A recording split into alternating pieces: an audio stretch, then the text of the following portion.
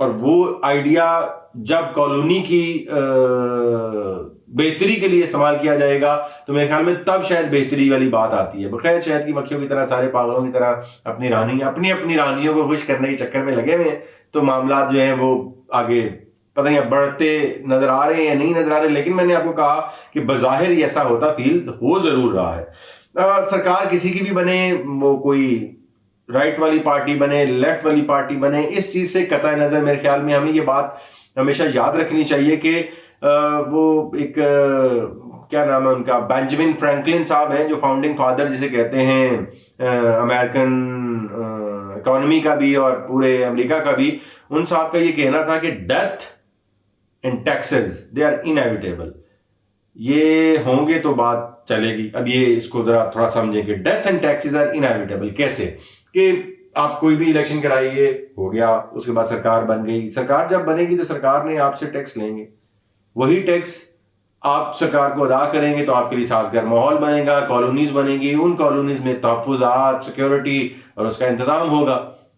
ایک لمحے کے لیے سوچ لیں کہ آپ نے وہ ٹیکس نہیں ادا کیا, تو پھر اگر آپ وہ ٹیکس ادا نہیں کیا تو پھر وہ لوگ آپ سے وہ ٹیکس ادا کروائیں گے تاوان کی شکل میں, جو یا مجھے اغوا کریں گے یا میرے بچوں کو اغوا کریں گے یا آپ کے بچوں کو اغوا کریں گے. تو ٹیکس سے پائن کسی نہ کسی شکل تڑے پر نکل ہی جانا. تو سیکیورٹی اگر ہوگی تو وہ آپ کے اور میرے اس کے اوپر ٹیکسز ادا کرتے رہیں گے, تو وہ تمام یہ معاملات آگے چلتے رہیں گے. لیکن ایسا ہوتا جو مجھے لگتا ہے کہ اس طرح کا ہوتا نظر نہیں آ رہا. اب آپ نوٹ کر لیں کہ آج سے پہلے آپ اس کو کوئکلی ریپ کرنے کی کوشش کرتے ہیں. میں کوشش کروں گا کہ 2 پارٹس بنیں اور اس کے اندر ہم یہ مدعا آپ تک پہنچا سکیں اور اپنی جو سوچ ہے اس کو آپ کے کامنٹس کے انتظار میں اور مزید پالش کرتے رہیں. تو بات ہم نے کر لی کہ ماضی میں ضرورت کیا تھی, لوگ سوچ کیا رہے ہیں. تھوڑا سا ماضی کو ایک اور اینگل سے دیکھ لیتے ہیں کہ ابھی تک کو آپ کے تقریباً 17 یا 18 پرائم منسٹر بن چکے ہیں. 47 میں جب سے آپ کا یہ ملک بنا تو کوئی 18 میرے خیال میں ایگزیکٹ نمبر جو ہوگا وہ 18 آپ کا نمبر ہے. وزرائے اعظم آپ کے ملک میں رہے, 13 صدر بنے, اور اس کے بعد اللہ آپ کا بھلا کرے تو کوئی 3 ماشاء اللہ کے دور بھی ہم نے بھگتے ہیں. اب یہ تمام معاملات اگر میں لگا لوں تو 70-75 سال کے درمیان جتنا بھی عرصہ پاکستان کو بننے میں ہو چکا ہے, اس کو اگر آپ دیکھیں تو 50% دونوں انداز سے اس ملک کو چلایا جا چکا ہے. سیاستدان تمام وزرائے اعظم کو اگر دیکھ لیں تو 50% ان لوگوں کو ملا, اور وہ 3 جو ہمارے ملک کے اندر ڈکٹیٹرشپس کا دور گزرا اس میں 3 لوگوں نے تمام جو عرصہ 50% of the time after independence enjoy کیا ہے اقتدار کو. سمجھے سارے لگ گئی ہونی ہے, اگر نہیں لگی تو پھر تو اللہ ہی حافظ ہے. نہیں نا, میرے خیال میں سب کو یہ سمجھ ضرور آ چکی ہے کہ اس ملک کو آگے کیسے لے کے جانا ہے, یا کیا کریں گے تو اور مزید بیڑا غرق ہوگا اور ہم کسی حال جو ایسی نہیں رواں گے. سمجھتے آ ہی جانی چاہیے تھی نا, یہاں تک میں آپ کو لے آیا. خیر, ابھی اگر ہم رک جائیں ایک لمحے کے لیے اور ایک اور اینگل کو تھوڑا سا آپ تک پہنچا لیں, وہ یہ ہے کہ میرا آپ کا یا یوں کر لیں کہ کم از کم یہ ہوپ ہمیں ضرور ہے, اس سے پہلے کہ میں اگلی بات پہ جاؤں, کہ اس ہوپ ہمیں ضرور ہے کہ ان تمام لوگوں نے اپنی اپنی غلطیوں سے اب سیکھ لیا ہے. یہ امید اب کرتے ہوئے اگلی بات کرتے ہیں کہ میرا یا آپ کا تعلق کسی بھی سیاسی جماعت سے ہو, ہم کسی بھی کیا کہتے ہیں قائد کو اپنا مستقبل کا مسیحا سمجھتے ہوں, ایک لمحے کے لیے ذرا سن لیجئے کہ سب کے ہاتھ بندھے ہوئے تھے. جب وہ ہوتا ہے کہ ایک ٹائم آتا ہے جب یہ سارے کہتے ہیں کہ جی میرے ہاتھ بننے سن, اس کے بعد اگلا پوائنٹ اسی پیج پہ اگر رہتے ہوئے ہم آپ کو بتا سکیں کہ میرے پاس تو فیصلہ سازی کی قوت نہیں تھی, سب تو اوپر سے ہو رہا تھا. 1/3 اکثریت لے لیجئے, 2/3 اکثریت لے لیجئے, جتنے بھی اکثریت یا طاقتور سیاسی حکمران آئے اور جب ان کو اس پاور سے نکالا گیا یا جب ان کے دور حکومت کو جس بھی انداز سے ختم کیا گیا, اس کا بہانہ